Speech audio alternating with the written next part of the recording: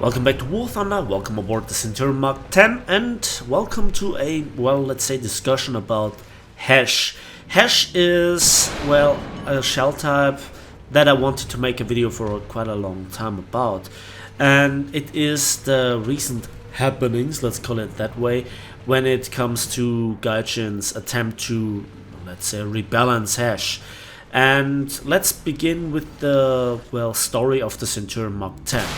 Now, some of you, or some of my older subscribers might remember one of those tank reviews about the Centurion Mk, the first one that is now no longer available. That was me just pointing out the bad sides about this tank and why I don't like it and why I think it's one of the worst tanks that I've ever driven. It was just I couldn't get a kill for the sake of it. Back in the days, HESH was not working for me, I couldn't get a kill with it, and APDS was so good on paper, yet it failed against the opposition. That was the time when there were even no stabilizers for the British tanks. Then, since then, a lot of things have changed. The British got a stabilizer from 6.3 onwards, even before that, and then the APDS recently seems to work more reliable.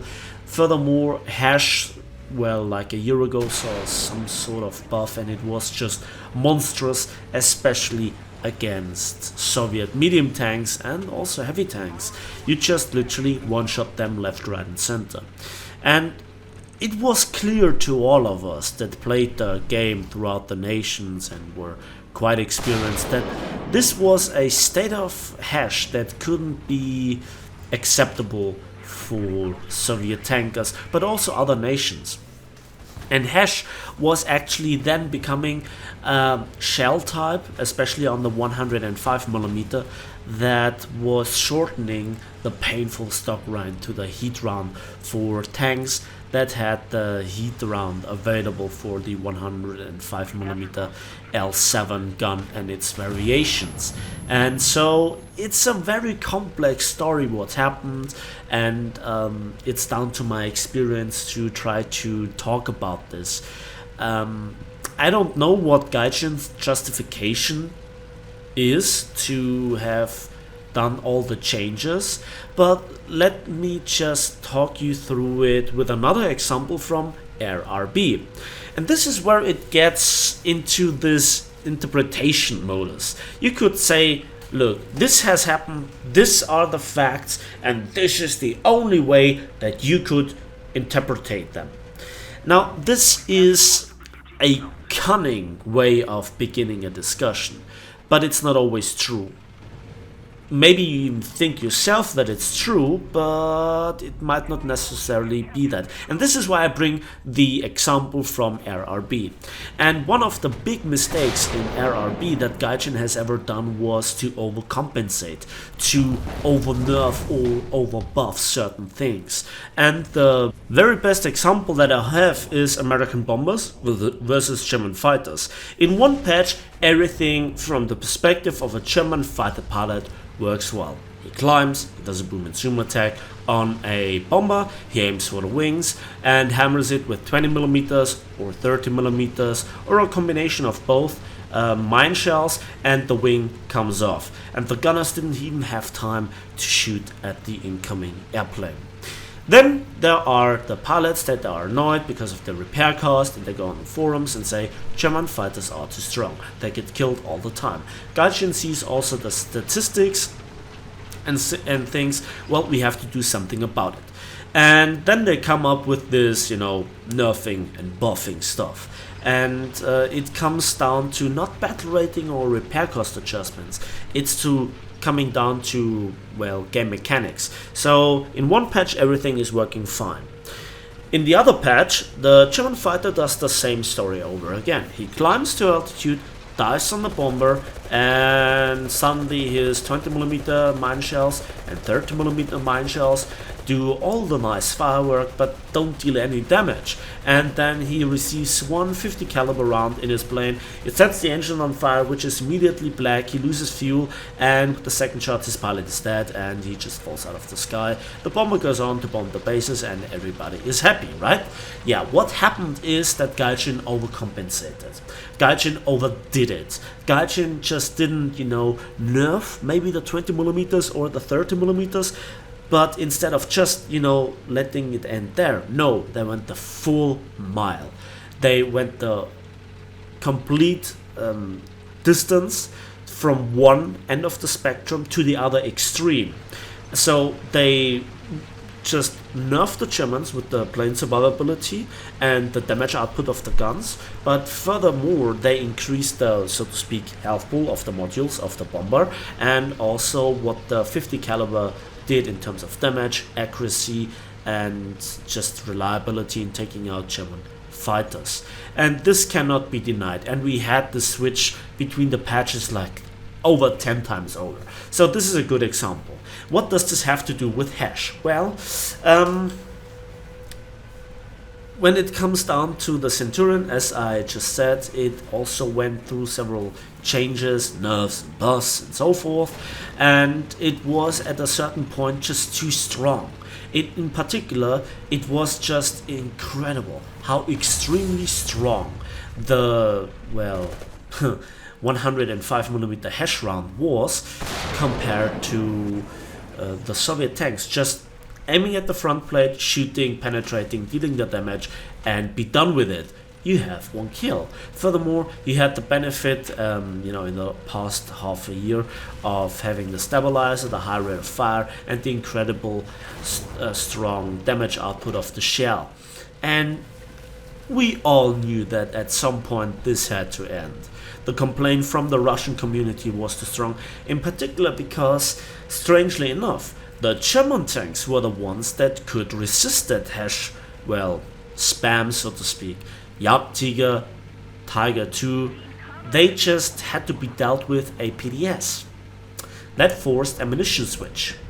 So the Russian tankers were obviously not happy about it, that they had a disadvantage over the Germans. That's the only explanation, because then suddenly the HESH mechanics were reworked. And not just that, but before we talk about this, I want to show you this scene here. And I want to go into the castle, but I'm not quite sure because I'm not the fastest tank, and oh boy, I see somebody. And watch this.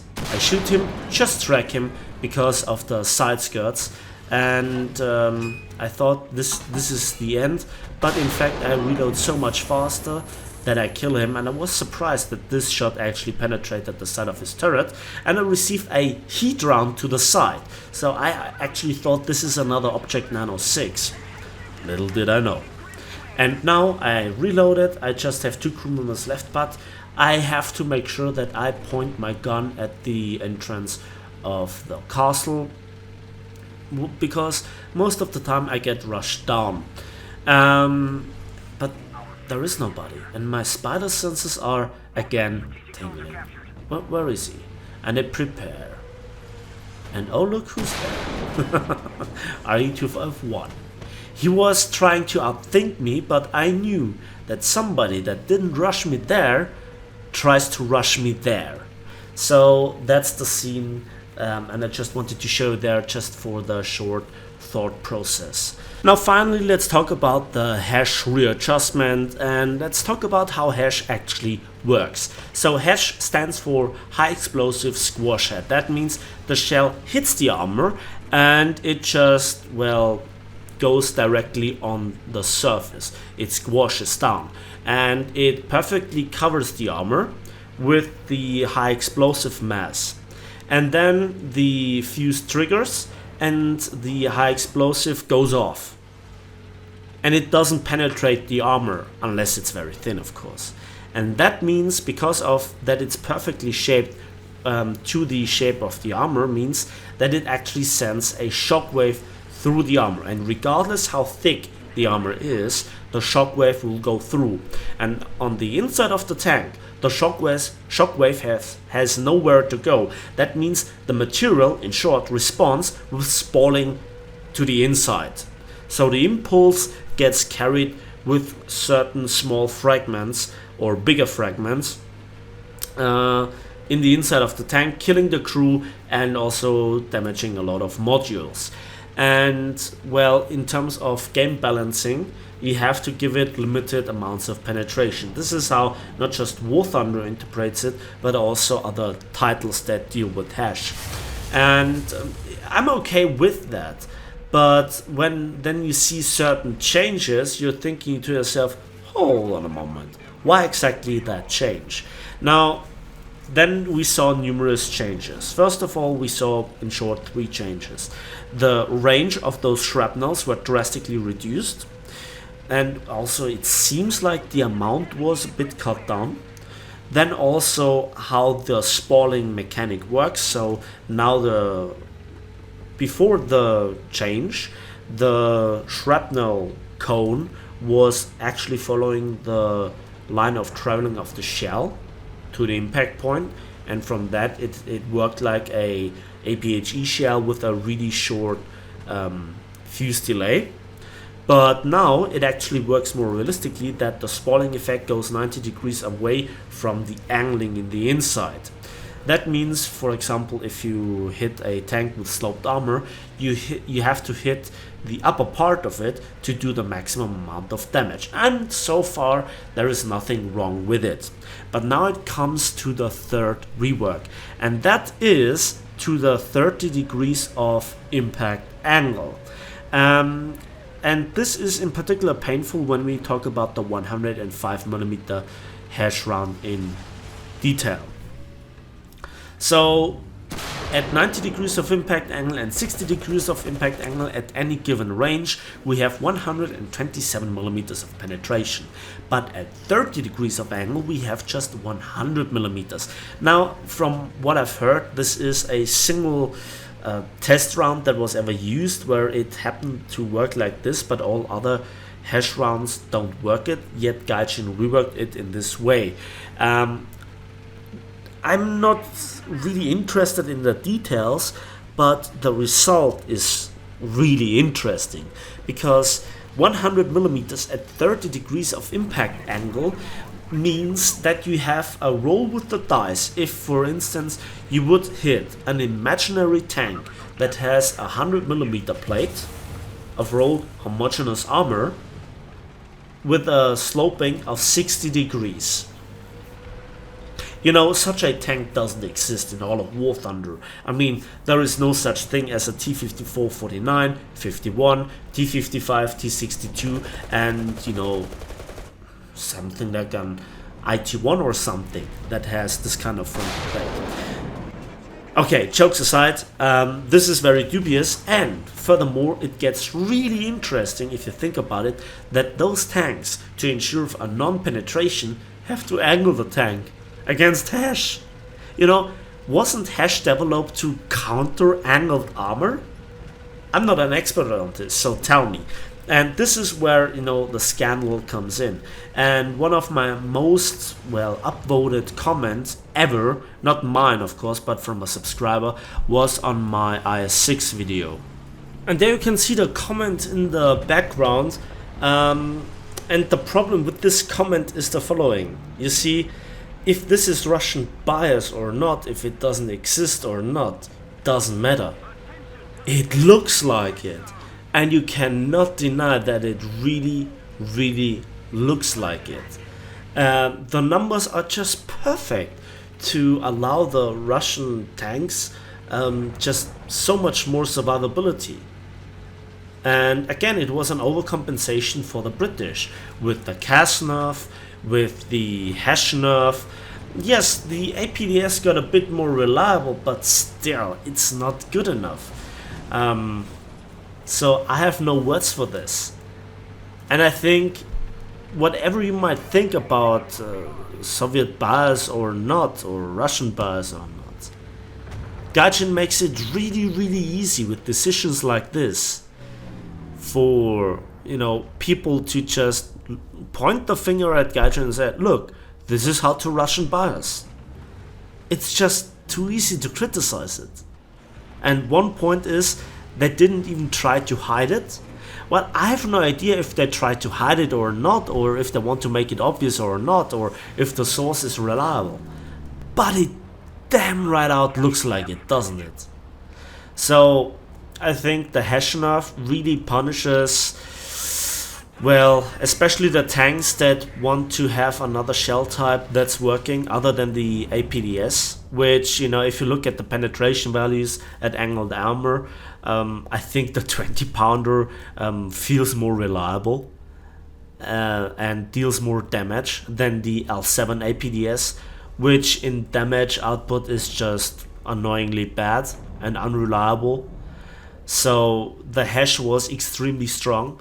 To a certain degree, I have to agree that it was too strong, but Gaijin should not have fiddled around with the penetration values, how the change works against the angled armor, how the reduction of the shrapnel, well, range was done.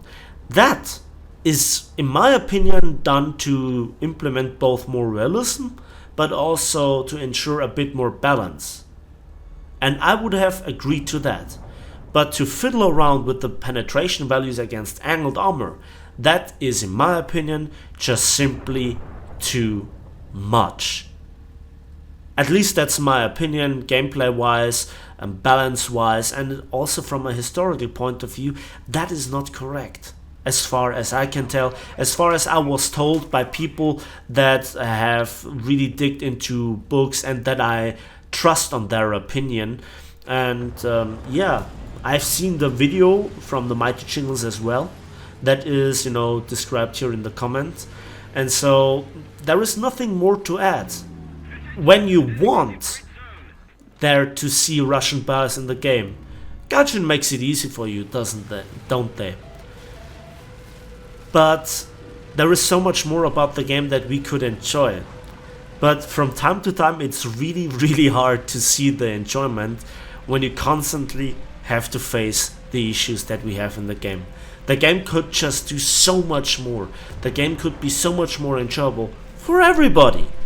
We could have a bigger player base, we could have more money for Gaijin. If fun spoiling stuff like this wouldn't be in the game, that is just obviously not right in one way or another. And so my best advice for Gaijin would to really rework this and to just find other sources that prove how HESH works more realistically. That's it from me today, so thanks for watching, thanks for listening, please give this video a like if you did, subscribe if you want to see more, and we'll see each other on the battlefields of War Thunder.